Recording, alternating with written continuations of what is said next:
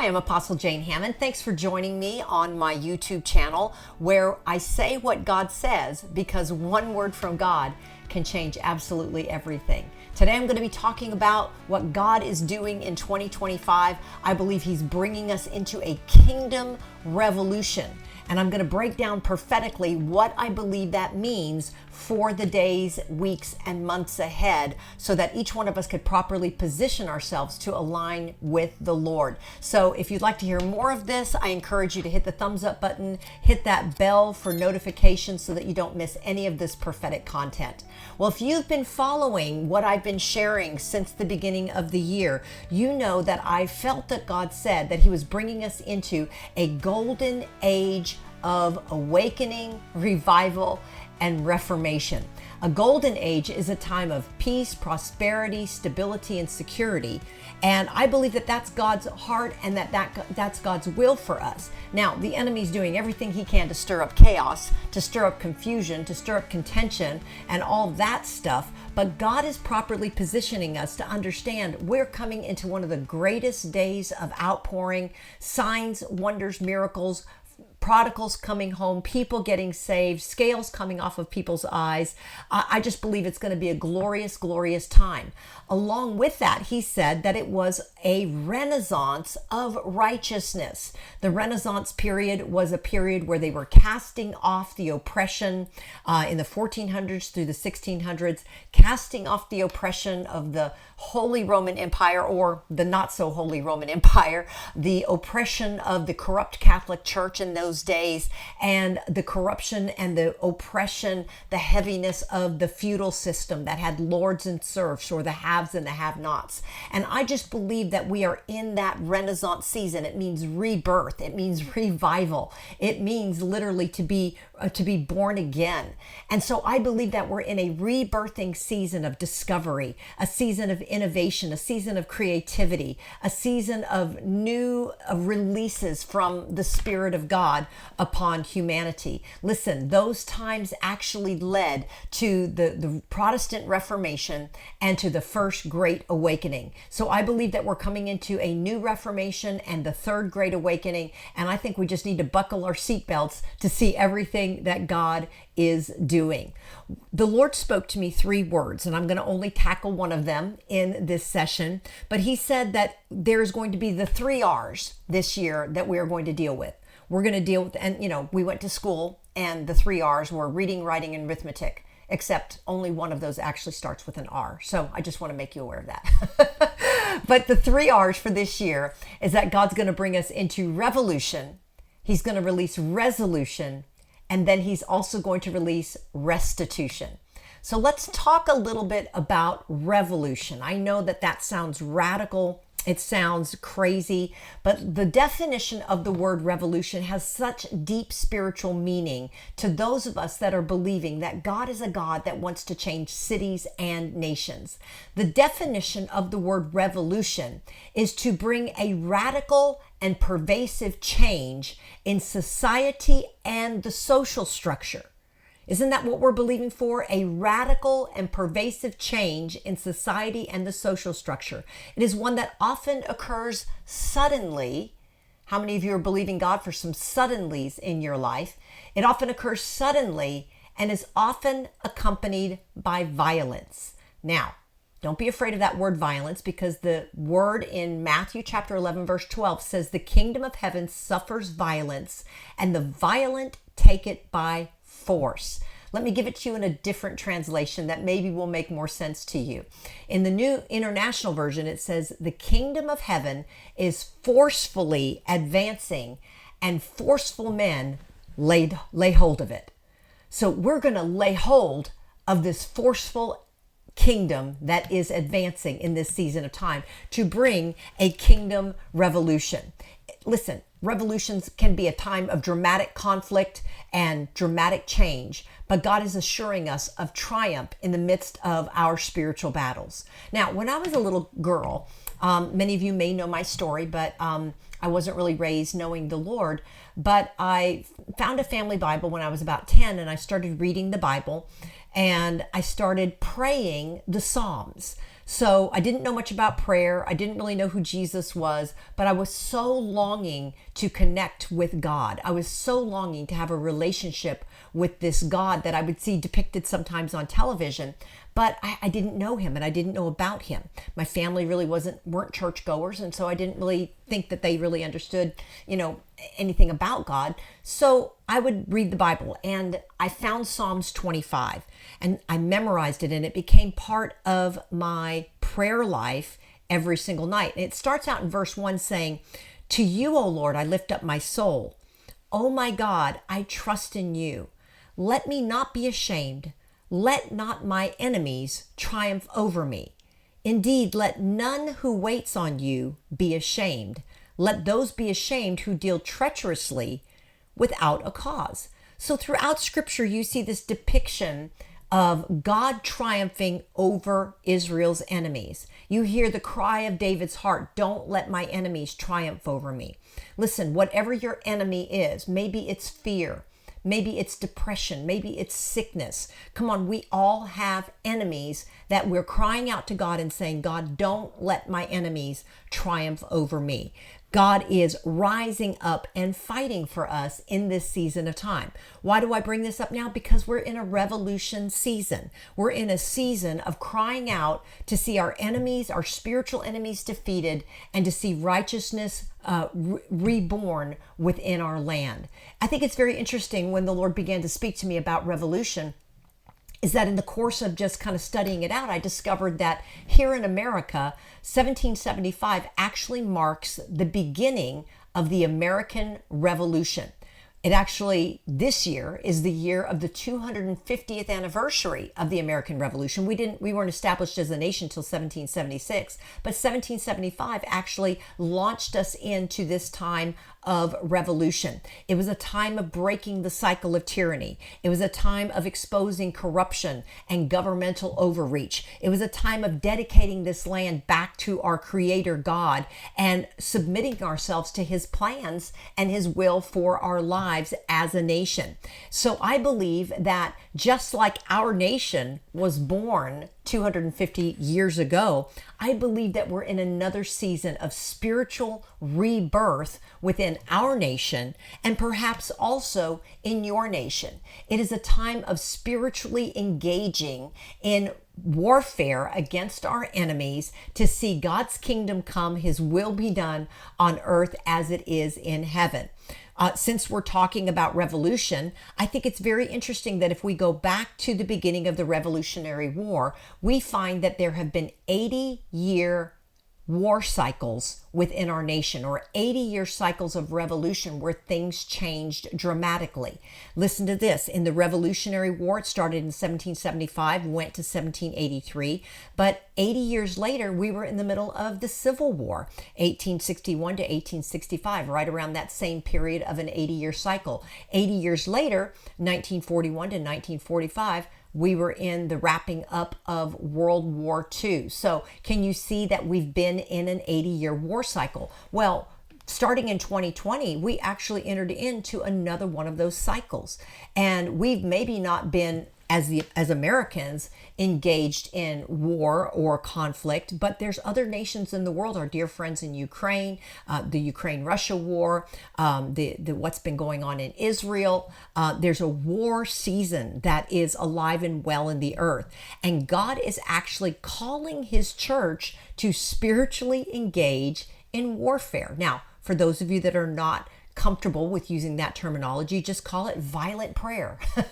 Call it violent praise. Call it engaging the enemy the way that David did, because we're in the midst of a time of global conflict, of God exposing corruption, of globalism exerting its power. And I just believe that God is saying that He wants to bring a holy kingdom revolution to turn the tide of war, to keep us out of a natural war, or a World War III, because we know the enemy's been pushing everything towards that, and instead bring us into this glorious time of awakening, revival, and reformation in the earth. I think that it's really important for us to understand that spiritually speaking, God is raising up righteous revolutionaries in this day that are going to cooperate him to bring a shift in the land.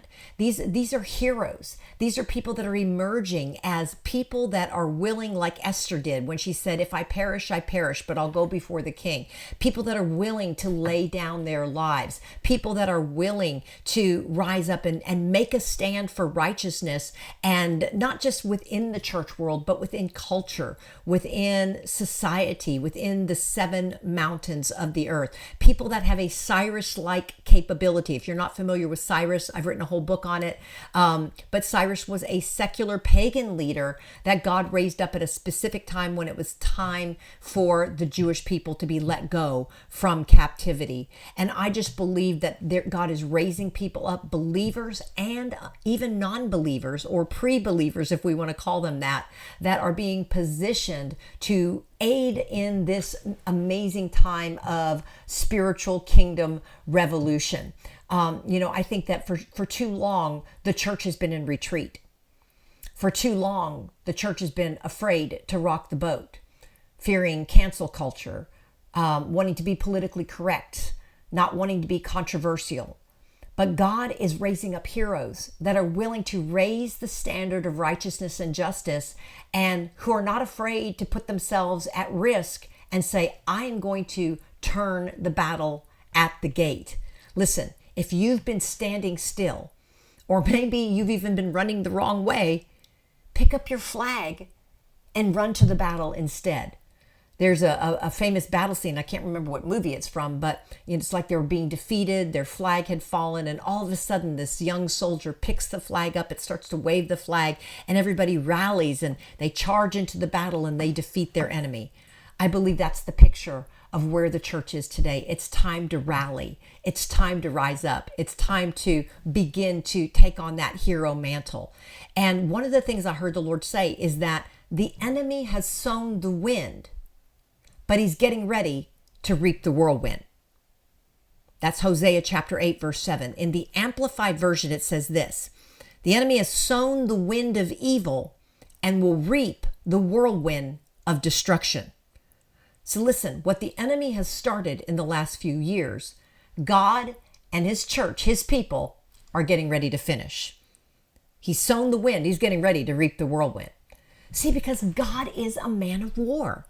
Some of you maybe were not raised to think of this, but Exodus 15 actually, when they had defeated the Egyptians in the Red Sea, they were singing a praise song to him, and they began to praise and extol the fact that our God is a man of war. Isaiah chapter 9 verse 6 actually calls him mighty God. And this word mighty in the Hebrew is the word Gibor. And Gibor actually says this about our mighty God. It means he's a champion, a hero, a chief, a warrior, a brave, valiant, strong man. And I decree that he is rising up for you. He's rising up in you, and he's rising up through you. Come on, guys. Our God is a man of war, and he's looking for heroes that are going to partner with him on this path of righteousness that he's laying out for us this year.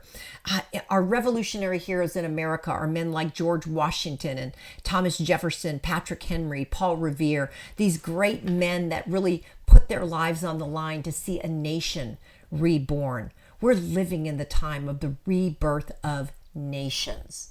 Come on, we've got to be willing to see God rise up in us, for us, and through us in this season of time, even overcoming our own fears. As a matter of fact, if you'll just lift up your hands, I heard the Lord say this. He said, will you be one of my heroes? Will you be one of my men or women who will display unusual bravery in the midst of spiritual battle? If you will step up and raise the banner of victory in the face of all the enemy uses to intimidate, I will show up in supernatural ways to assure your triumph. This is the hour to pursue, overtake, and recover all. I'm looking for my Davids, my Daniels, my Gideons.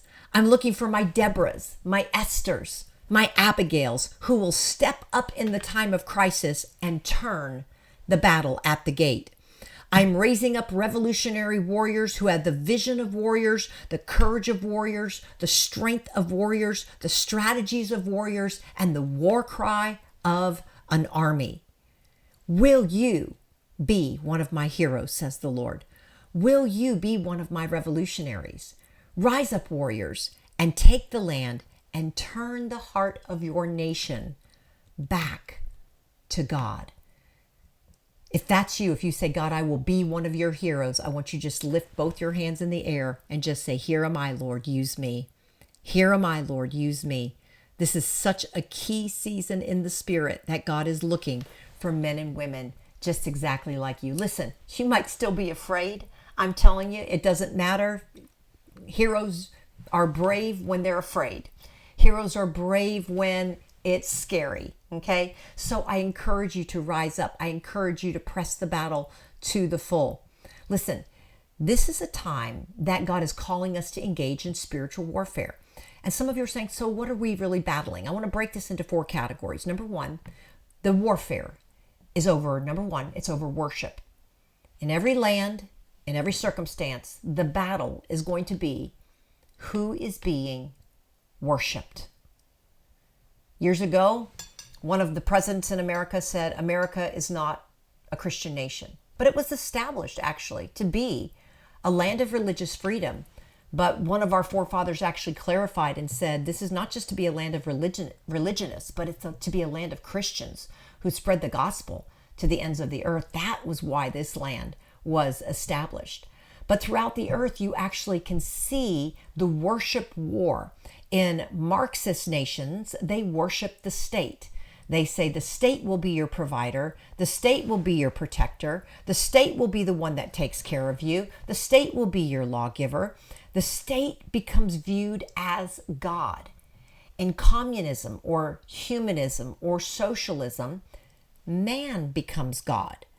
Man will take care of you. Man will be innovative. Man will have ingenuity. Man will build a utopian society without any divine power or divine interference.